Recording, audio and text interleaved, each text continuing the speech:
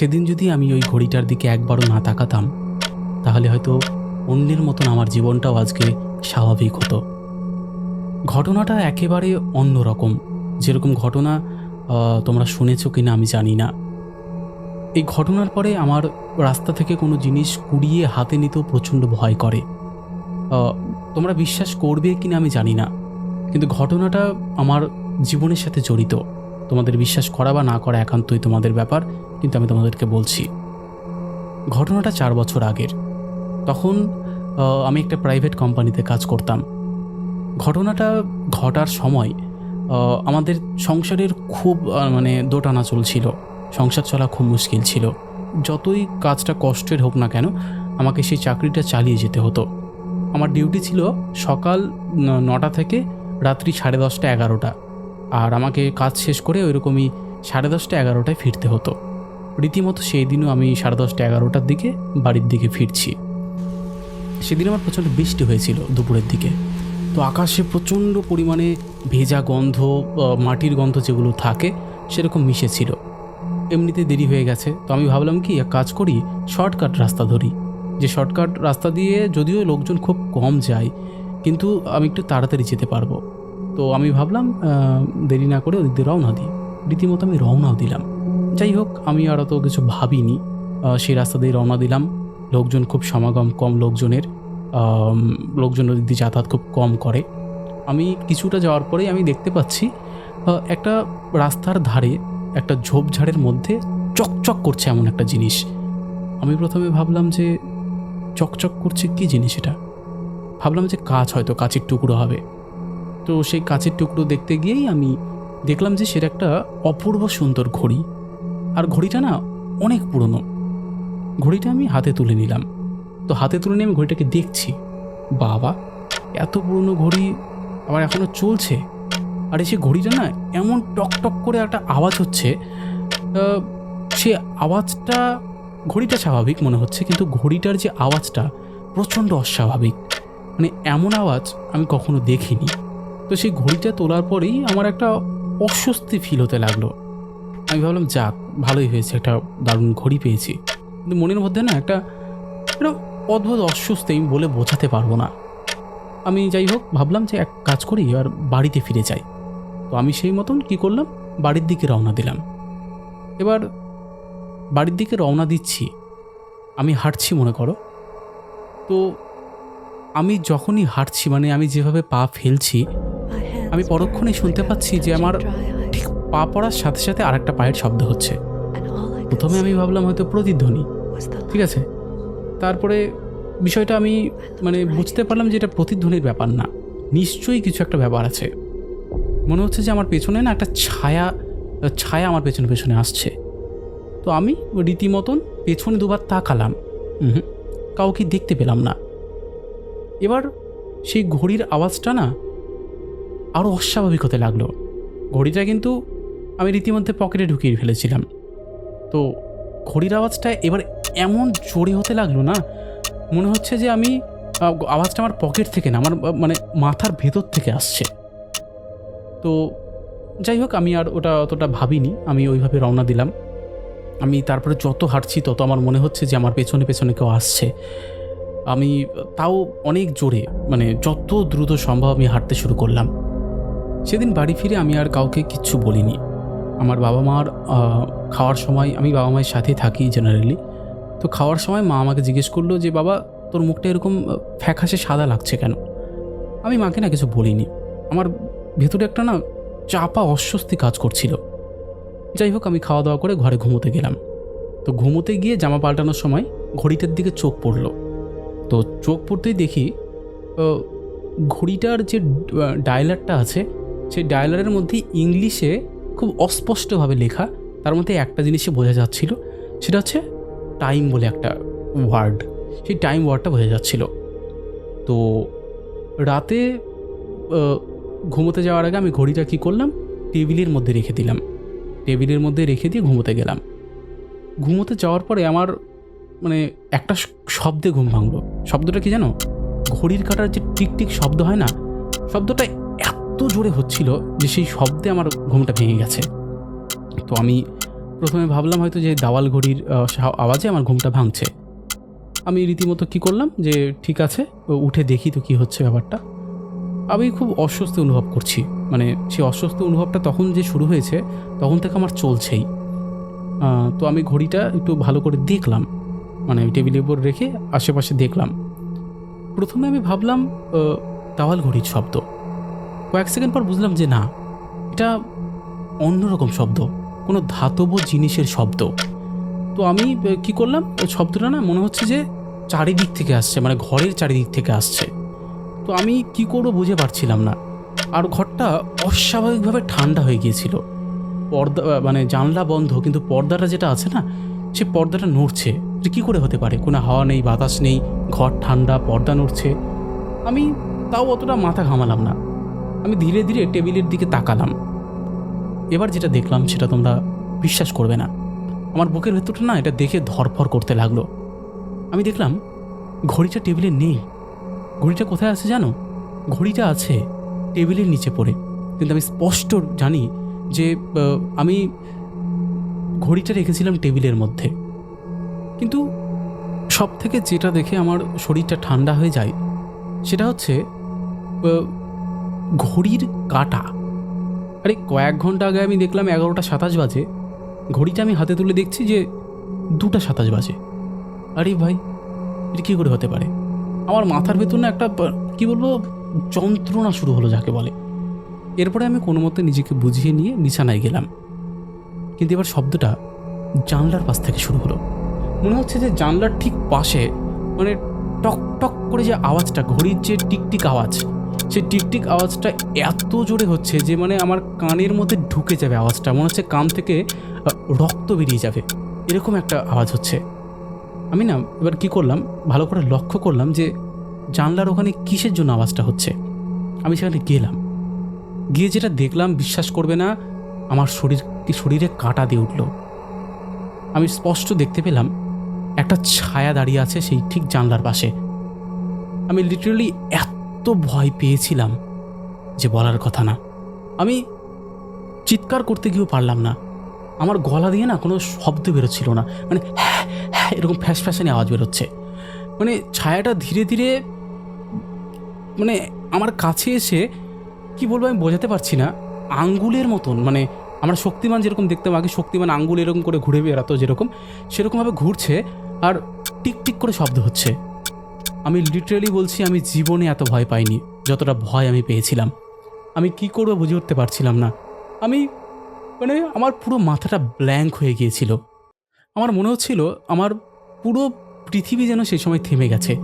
আমি নড়তে পারছিলাম না, শুধু দেখছিলাম তার হঠাৎ ছায়াটা জানলার, মানে আমার জানলা বলা ভুল হচ্ছে, আমার ঠিক কাঁধের পেছনে এসে মানে আমাকে স্পর্শ করার চেষ্টা করছে। আমি যে মুখ ফুটে কিছু বলবো সেই ক্ষমতাটাও আমার হচ্ছে না। ঠিক সেই সময় আমার তার মুখটা প্রথম চোখে আসলো। তুমি বিশ্বাস করবে না, তার মুখ বলতে কিছু ছিল না, পুরোই কালো, শুধু তার সাদা দুটো চোখ। আর মুখের জায়গায় মানে এক গহ্বর যাকে বলে, আমি কি করে বুঝতে পারছিলাম না। ঠিক সেই সময় সে আমার কাছে আসলো, এসে আমাকে ফিসফিসে কি বলছে জানো? ফিরিয়ে দে, ফিরিয়ে দে। আমি ঝটকা দিয়ে উঠে বসতেই দেখি আশেপাশে আমার কিচ্ছু নেই, জানলা খোলা, আলো ঢুকছে, কিন্তু আমি দেখতে পাচ্ছি আমার পুরো শরীর ঘেমে নেমে আমি পুরো স্নান করে গেছি। আর আমি নিজেকে না চিমটি কাটছি যে আমি সত্যি জেগে আছি তো, আমি বলে বোঝাতে পারবো না। তারপরে বিষয়টা আস্তে আস্তে স্বাভাবিক হয়। পরের দিন সকালে আমি অফিসে যাই, কিন্তু অফিসে যেও আমার এই ঘটনাটা আমার পিছু ছাড়েনি।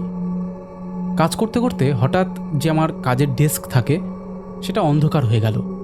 তো অন্ধকার হওয়ার পরে সেই অন্ধকার ডেস্কে কী হয়, আমরা যদি কম্পিউটারের সামনে বসি কাজ করতে করতে অন্ধকার হয়ে গেলে কি আমি কি আমার ছায়াটা আমি কম্পিউটারের স্ক্রিনে দেখতে পাবো, কিন্তু আমি দেখতে পাচ্ছি আমার মুখের বদলে কম্পিউটার স্ক্রিনে একটা কালো ছায়া ঠিক আমার পেছনে দাঁড়িয়ে আছে।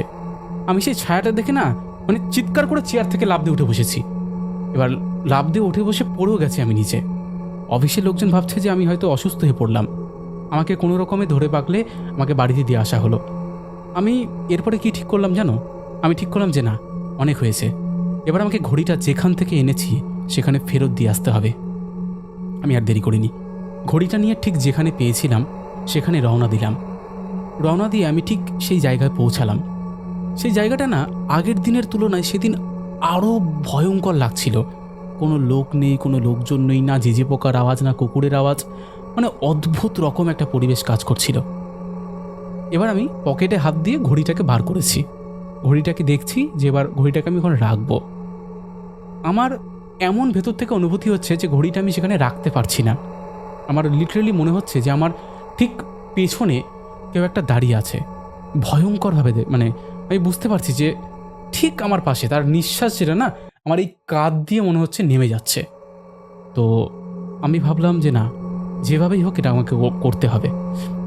আমি ঘড়িটা সেই যে জঙ্গলটা যেখানে পেয়েছিলাম সেই জঙ্গলের মধ্যে ছুঁড়ে ফেললাম। ছুঁড়ে ফেলে সেখান থেকে দিলাম রওনা। এবার রওনা যে দেব, মানে আমি মনে মনে ভেবেছি, কিন্তু রওনা দেব দিলাম বলাটা ভুল হবে। আমি মনে মনে ভেবেছি এবার রওনা দেব। আমার পাটা না কাজ করছে না, মনে হচ্ছে কোনো একটা ঠান্ডা হাত আমার পাটাকে মানে একদম আঁকড়ে ধরেছে। আমি জায়গাটা থেকে উঠতে চাইছি, পাটা তুলতে চাইছি, কিন্তু কোনোভাবেই পাটা আমি নড়াতে পারছি না। আমি কোনো রকমে না ভগবানের নাম করে এবার দিলাম লাথি একটা জোরে করে। আর বিশ্বাস করবে না, সেই লাথিটা দেওয়ার সঙ্গে সঙ্গে যেন মনে হলো আমার পাটা ছেড়ে দিল, আর আমি দৌড় দিলাম। দৌড়তে দৌড়তে আমার পেছন পেছন মনে হচ্ছিল যে কেউ একটা আমাকে ফলো করতে করতে আসছে, আর মনে হচ্ছে না আমাকে কেউ গিলে খাবে, আমার এরকম ফিল হচ্ছিল, আমি সত্যি বলছি। তারপরে আমি কি করলাম, আমাদেরই ওখানের একজন গুণিন গোছের লোক আছে, ওনাকে বললাম বিষয়টা। তো উনি সমস্ত কিছু শুনলেন, শুনে আমাকে বললেন যে দেখো, বিষয়টা কিন্তু এরকম না, তুমি ওখানে রেখে আসলেই যে বিষয়টা তুমি এখন ছাড়া পেয়ে যাবে, বিষয়টা কিন্তু তেমন না। কারণ অলরেডি সে তোমাকে মানে ধরে ফেলেছে, সে তোমাকে গ্রাস করে ফেলেছে। এখন তোমাকে যেটা করতে হবে,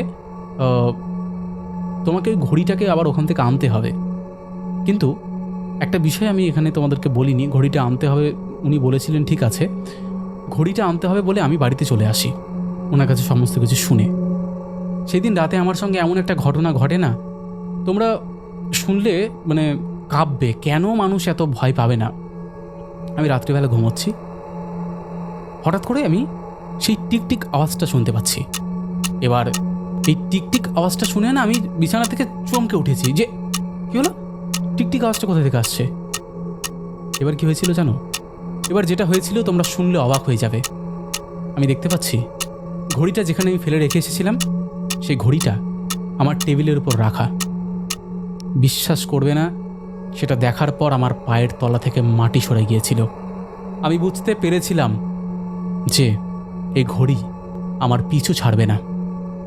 আমি ঘড়িটাকে হাতে নিলাম, ঘড়িটাকে হাতে নিয়ে বাইরে দিয়ে জানলা দিয়ে ফেলবো ভাবছি, কিন্তু মনে মনে আবার এটাও ভাবছি যে আমি জানলা দিয়ে ফেলে কী লাভ, সে তো মনে হয় আবার আমার কাছে ফিরে আসবে। আমি এরপরে আবার ওনার কাছে গেলাম, গিয়ে সমস্ত ঘটনা ওনাকে বললাম। উনি আমাকে বললেন তোকে একটা কাজ করতে হবে। তো আমি বললাম কী কাজ, আমাকে বলুন। তো উনি আমাকে বললেন যে দেখো, তোমাকে যে কাজটা করতে হবে সেটা হচ্ছে তুমি একটা লাল শালু নিয়ে আসো, তারপরে আমি তোমাকে সব বলছি। আমি বাজারে গেলাম, লাল শালু নিলাম, নিয়ে ওনার কাছে গেলাম। গিয়ে উনি কী করলেন, সেই ঘড়িটা একটা লাল শালুর মধ্যে বেঁধে দিলেন, আর বেঁধে দিয়ে কিছু মন্ত্র পড়লেন। তারপরে একটা লাল সুতো, সেই যে মানে পুটলিটাকে চারিদিকে যেরকম আমরা ছোটোবেলায় বল বানাতাম, বল বানিয়ে খেলতাম, ঠিক সেভাবে সুতো দিয়ে সেই লাল সুতো দিয়ে পুরোটা বেঁধে দিলেন। বেঁধে দিয়ে আমাকে হাতে দিয়ে বললেন তুই কাজ কর একটা, তুই এই পুটলিটা নিয়ে এমন একটা জায়গায় চলে যা যেখানে মানুষের সমাগম একদম নেই বললেই চলে, মানে যেখানে লোকজন এই পুটলিটা তোলার আর কোনো সম্ভাবনা নেই। তো আমি উনার কথা মতো সেদিন রাতেই শহরের একটা নির্জন জায়গায় গেলাম। জায়গাটা ছিল প্রায় পরিত্যক্ত, সেখানে লোকজন নেই বললেই চলে। তো একদম চারিদিকে নিস্তব্ধ, ঝিঝি পোকার শব্দ, যেরকমটা আমরা শ্মশান বা কবরস্থানে গেলে যেরকম ফিল হবে না, ঠিক সেরকম ফিল হচ্ছিল। তো আমি ঘড়িটার মধ্যে এবার মানে ওই জায়গাটা পৌঁছে মানে মাটিটা খুঁড়ছি, এমন সময় না সে ঘড়িটার টিকটিক আওয়াজটা আরও অস্বাভাবিক হতে লাগলো। এবার আমি যখন ঘড়িটা মানে মাটি খোঁড়া হয়ে গেছে, ঘড়িটা সেখানে পুঁততে যাবো বা রাখতে যাব, হঠাৎ করে না পায়ের শব্দ পেতে শুরু করলাম। লিটারেলি আমি ভয় পেতে শুরু করলাম। আমি তাড়াতাড়ি করে গর্ত করে ঘড়িটাকে ওর মধ্যে রাখলাম, রেখে মাটি চাপা দিতে শুরু করলাম। কিন্তু ঠিক তখনই পেছন থেকে কারোর হাঁটার শব্দ শুনতে পেলাম, ধূপ ধূপ করে শব্দ হচ্ছে, মানে একটা ভারী পা, কেমন করে বলবো, ধরে নাও তুমি ছাদের নিচে আছো আর একজন খুব জোরে জোরে ছাদের উপর দিয়ে ধূপ ধূপ ধূপ করে হাঁটছে, ঠিক সেই রকমই আমি একটা আওয়াজ পেলাম। মনে হচ্ছিল না সেই আওয়াজটা দূর থেকে আমার কাছে আসছে। আমি এবার কি করে বুঝতে পারছিলাম না, তবে আমি পেছনে তাকাইনি। হ্যাঁ, শুধু মাটি চাপা দিয়ে উঠে দাঁড়ালাম, তারপর হাঁটতে শুরু করলাম। কিন্তু হাঁটার সময় আমি স্পষ্ট শুনতে পাচ্ছিলাম যে আমার পেছনে পেছনে কেউ একটা আসছে, আর খুব গলা, মানে খুব চেনা একটা গলা, আস্তে করে বলছে, সময় শেষ হয়নি, সময় শেষ হয়নি। এভাবে না রিপিট করে যাচ্ছে কথাগুলো। আমি এবার দৌড়তে শুরু করলাম। আমি আর পারলাম না, মানে যতক্ষণ আমি রাস্তার আলো না দেখতে পাচ্ছিলাম বা দেখতে পেয়েছি ততক্ষণ আমি দৌড়ে গেছি। তারপর অনেক বছর কেটে গেছে, ঘড়িটাকে আমি আর কখনো দেখিনি, কিন্তু আজও মাঝে মধ্যে রাত্রিবেলা যখন আমি টিকটিক আওয়াজ শুনি বা ঘড়ির দিকে তাকাই না, সেই ঘটনার কথা আমার মনে পড়ে। আমি জানি না এই ঘটনাটা শুনে কার কি মনে হবে, কিন্তু এই ঘটনাটা সত্যি বলছি অমিতদা, এমনভাবে আমার জীবনের সাথে জড়িত যে আমি এখনও ভয় পাই যে এমনও কিছু হতে পারে যেগুলো আমরা কল্পনাও করতে পারি না। এরপর থেকে আমি সবাইকে একটা সাজেশান দিব যে কখনো কেউ রাস্তা থেকে কোনো কিছু কুড়িয়ে নেবে না। এই কুড়িয়ে নেওয়ার জন্য মানুষের জীবনে এমন অনেক ঘটনা ঘটতে পারে যেগুলো আমরা কল্পনা করতে পারবো না। ঘড়িটা কিন্তু আমার খুব পছন্দ হয়েছিল, এত সুন্দর ঘড়ি, একটা অ্যান্টিক ঘড়ি, সোনালি কালারের ডায়াল ছিল ঘড়িটার। ঘড়িটার যে বেল্ট ছিল সেটা চামড়ার, আর চামড়াটা না অনেকটা পুরনো হয়ে গিয়েছিল যেরকম হয়। তো ঠিক এইরকমই একটা ঘটনা আমার সঙ্গে ঘটেছিল, যেটা আমি তোমার সাথে শেয়ার করে দিলাম। তুমি যদি মনে হয় পড়ে শোনাবে। ঠিক এইভাবে ঘটনাটা লিখে পাঠিয়েছে আমাদেরই একজন সাবস্ক্রাইবার। আমি তোমাদেরকে ঠিক সেভাবেই শোনালাম। আমি জানি না ঘটনাটা তোমাদের কতটা ভালো লেগেছে। যদি ভালো লেগে থাকে অবশ্যই কমেন্ট করো। এখানে নতুন একটা উদ্যোগ আমরা নিয়েছি, যে আশা করছি তোমাদেরকে সেই উদ্যোগে সাপোর্টে পাবো। আমাদের সঙ্গে তোমরা আরও জুড়তে থাকবে। তোমাদের কেমন লেগেছে তোমরা অবশ্যই কমেন্ট করে জানিও। তোমরাও যদি এমন ঘটনা শেয়ার করতে চাও তাহলে অবশ্যই আমাদের সাথে কন্ট্যাক্ট করতে পারো। আমাদের সাথে কন্ট্যাক্ট করা একদম ইজি। আমাদের হোয়াটসঅ্যাপ নাম্বার থেকে শুরু করে সমস্ত সোশ্যাল মিডিয়ার লিঙ্ক তোমরা তো জানোই, ডেসক্রিপশন সেকশনে পেয়ে যাবে। তো আর দেরি কিসের, আমরা আর কথা বাড়াচ্ছি না, আজকের মতন এখানেই শেষ করছি। আবার দেখা হবে নতুন কোনো ঘটনা নিয়ে।